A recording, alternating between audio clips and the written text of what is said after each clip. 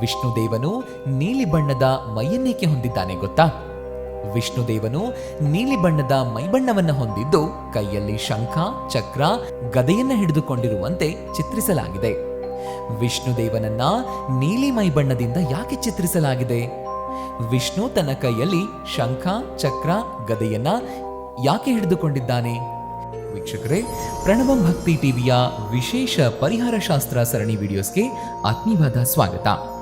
ವೀಕ್ಷಕರೇ, ನಮ್ಮ ಈ ಸರಣಿ ವಿಡಿಯೋದಲ್ಲಿ ಸಾಕಷ್ಟು ಸರಳ ಪೂಜಾ ವಿಧಾನಗಳನ್ನು ತಿಳಿಸ್ತಾ ಇದ್ದೀವಿ. ಹಾಗೆಯೇ ಈ ವಿಡಿಯೋದ ಜೊತೆಗೆ ಸರಣಿಯ ಎಲ್ಲಾ ವಿಡಿಯೋಸ್ಗಳನ್ನು ಕೂಡ ನೋಡಿ ಸಾಕಷ್ಟು ಮಾಹಿತಿಯನ್ನ ಉಚಿತವಾಗಿ ಪಡ್ಕೊಳ್ಳಿ. ನಮ್ಮ ಈ ಪ್ರಯತ್ನದಲ್ಲಿ ಏನಾದರೂ ಲೋಪಗಳಿದ್ರೆ ಕಮೆಂಟ್ ಮೂಲಕ ತಿಳಿಸಿ. ಹಾಗೆಯೇ ವಿಡಿಯೋದಲ್ಲಿನ ವಿಷಯ ನಿಮ್ಗೆ ಇಷ್ಟ ಆಗಿದ್ರೆ ವಿಡಿಯೋಗೆ ಒಂದು ಲೈಕ್ ಕೊಟ್ಟು ನಿಮ್ಮ ಅನಿಸಿಕೆ ಅಭಿಪ್ರಾಯಗಳನ್ನ ಕಮೆಂಟ್ ಮೂಲಕ ತಿಳಿಸಿ.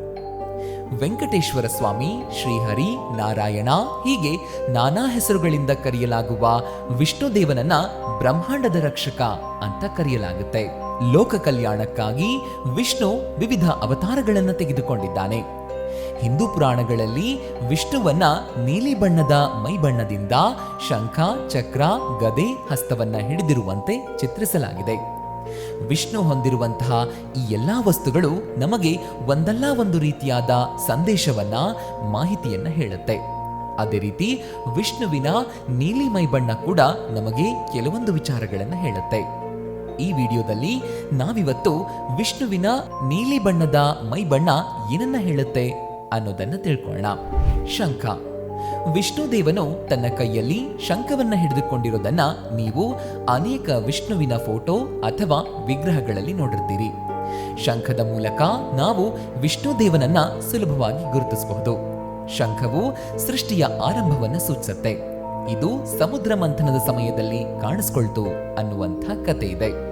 ಸೃಷ್ಟಿಯ ಮೊದಲ ಶಬ್ದವಾಗಿ ಶಂಖದ ಶಬ್ದವನ್ನ ಗುರುತಿಸಲಾಗುತ್ತೆ. ಹಿಂದೂ ಧರ್ಮದಲ್ಲಿ ಆಚರಿಸಲಾಗುವ ಶುಭ ಕಾರ್ಯಗಳಲ್ಲಿ ಹೆಚ್ಚಾಗಿ ಶಂಖವನ್ನ ಊದ್ತಾರೆ. ಗದ. ವಿಷ್ಣು ತನ್ನ ಕೈಯಲ್ಲಿ ಹಿಡಿದುಕೊಂಡಿರುವಂತಹ ಗದೆಯು ಶಕ್ತಿಯನ್ನ ಮತ್ತು ಸಾಮರ್ಥ್ಯವನ್ನ ಪ್ರತಿನಿಧಿಸುತ್ತೆ. ವಿಷ್ಣುದೇವನ ಕೈಯಲ್ಲಿರುವಂತಹ ಈ ಗದೆಯು ಎದುರಾಗುವ ಅಡೆತಡೆಗಳನ್ನ ನಿವಾರಣೆ ಮಾಡುವ ಮತ್ತು ದುಷ್ಟಶಕ್ತಿಗಳನ್ನ ಸಂಹಾರ ಮಾಡುವ ಅವನ ಶಕ್ತಿ ಮತ್ತು ಸಾಮರ್ಥ್ಯವನ್ನ ಸಂಕೇತಿಸುತ್ತೆ. ಕಮಲ. ಕಮಲವು ಶುದ್ಧತೆ ಮತ್ತು ದೈವಿಕ ಸೌಂದರ್ಯವನ್ನ ಸಂಕೇತಿಸುತ್ತೆ. ವಿಷ್ಣುವನ್ನ ಹೆಚ್ಚಾಗಿ ಕಮಲದ ಹೂವಿನ ಮೇಲೆ ಕುಳಿತಿರುವಂತೆ ಚಿತ್ರಿಸಲಾಗುತ್ತೆ.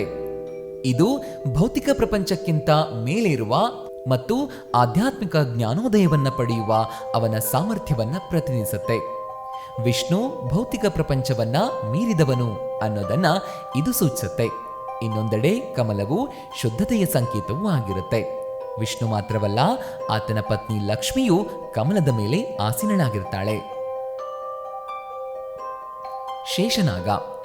ಸರ್ಪ ಅಥವಾ ಶೇಷನಾಗನು ವಿಷ್ಣುವಿನ ಪ್ರಕೃತಿಯ ಶಕ್ತಿಯನ್ನ ನಿಯಂತ್ರಿಸುವ ಮತ್ತು ನಿಗ್ರಹಿಸುವ ಶಕ್ತಿಯನ್ನ ಪ್ರತಿನಿಧಿಸುತ್ತೆ. ಇದನ್ನ ಹೆಚ್ಚಾಗಿ ವಿಷ್ಣುವಿನ ಹಾಸಿಗೆಯ ರೂಪದಲ್ಲಿ ಸುರುಳಿಯಾಕಾರದ ಹಾವಿನಂತೆ ಚಿತ್ರಿಸಲಾಗುತ್ತೆ ಮತ್ತು ಇದು ಜಗತ್ತನ್ನ ಹಾನಿಯಿಂದ ರಕ್ಷಿಸುವ ಅವನ ಸಾಮರ್ಥ್ಯವನ್ನ ಸಂಕೇತಿಸುತ್ತೆ. ವಿಷ್ಣು ಯಾವಾಗಲೂ ಶೇಷನಾಗನ ಮೇಲೆ ಮಲಗಿ ವಿಶ್ರಮಿಸ್ತಾನೆ. ವಿಷ್ಣುವಿನ ನೀಲಿ ಮೈಬಣ್ಣ. ವಿಷ್ಣುವನ್ನ ನೀಲಿ ಮೈಬಣ್ಣವನ್ನ ಹೊಂದಿರುವಂತೆ ಚಿತ್ರಿಸಲಾಗಿದೆ. ವಿಷ್ಣುವನ್ನ ಮಾತ್ರವಲ್ಲ, ಆತನ ಅವತಾರವಾದ ರಾಮನನ್ನು, ಕೃಷ್ಣನನ್ನು ಕೂಡ ನೀಲಿ ಮೈಬಣ್ಣದಿಂದ ಚಿತ್ರಿಸಲಾಗಿದೆ. ವಿಷ್ಣುವಿನ ನೀಲಿ ಮೈಬಣ್ಣವು ಅವನ ಅಲೌಕಿಕ ಸ್ವಭಾವವನ್ನ ಪ್ರತಿನಿಧಿಸುತ್ತೆ.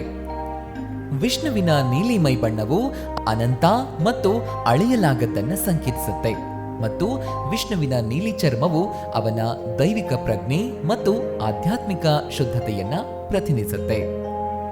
ಚಕ್ರ. ವಿಷ್ಣು ತನ್ನ ಕೈಯಲ್ಲಿ ಹಿಡಿದುಕೊಂಡಿರುವಂತಹ ಚಕ್ರವು ಕಾಲವನ್ನ ಪ್ರತಿನಿಧಿಸುತ್ತೆ. ಈ ಕಾರಣಕ್ಕಾಗಿ ವಿಷ್ಣುವಿನ ಕೈಯಲ್ಲಿರುವಂತಹ ಚಕ್ರವನ್ನ ಕಾಲಚಕ್ರ ಅಂತ ಕರೆಯಲಾಗುತ್ತೆ. ವಿಷ್ಣುದೇವನ ಈ ಚಕ್ರವು ಸೃಷ್ಟಿಯಲ್ಲಿನ ಅಜ್ಞಾನವನ್ನ ನಾಶ ಮಾಡುತ್ತೆ ಹಾಗೂ ಬ್ರಹ್ಮಾಂಡದ ಅಂತ್ಯವನ್ನು ಕೂಡ ಸೂಚಿಸುತ್ತೆ. ಈ ಚಕ್ರವನ್ನ ಸುದರ್ಶನ ಚಕ್ರ ಅಂತಾನೂ ಕರೆಯಲಾಗುತ್ತೆ. ಈ ಚಕ್ರದಿಂದಲೇ ವಿಷ್ಣು ರಾಕ್ಷಸರನ್ನ ಸಂಹಾರ ಮಾಡಿ ಲೋಕವನ್ನ ರಕ್ಷಿಸಿದ ಎನ್ನುವ ಕಥೆಗಳಿವೆ. ವೀಕ್ಷಕರೇ, ನೋಡಿದ್ರಲ್ವಾ, ಇದಾಗಿತ್ತು ವಿಷ್ಣು ದೇವನು ನೀಲಿ ಬಣ್ಣದ ಮೈಯನ್ನೇಕೆ ಹೊಂದಿದ್ದಾನೆ ಗೊತ್ತಾ ಅನ್ನೋದರ ವಿಶೇಷ ವಿಡಿಯೋ. ನಮ್ಮ ಈ ಸರಣಿ ವಿಡಿಯೋದಲ್ಲಿ ಸಾಕಷ್ಟು ಸರಳ ಪೂಜಾ ವಿಧಾನಗಳನ್ನು ತಿಳಿಸ್ಕೊಡ್ತಾ ಇದ್ದೀವಿ.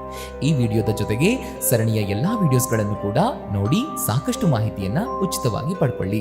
ನಮ್ಮ ಈ ಪ್ರಯತ್ನ ನಿಮಗೆ ಇಷ್ಟ ಆಗಿದ್ರೆ ವಿಡಿಯೋಗೆ ಒಂದು ಲೈಕ್ ಕೊಟ್ಟು ಶ್ರೀಂ ಲಕ್ಷ್ಮೀಭ್ಯೋ ನಮಃ ಅನ್ನೋದನ್ನ ಕಮೆಂಟ್ ಮಾಡೋದಕ್ಕೆ ಮರಿಬೇಡಿ. ನಮಸ್ಕಾರ.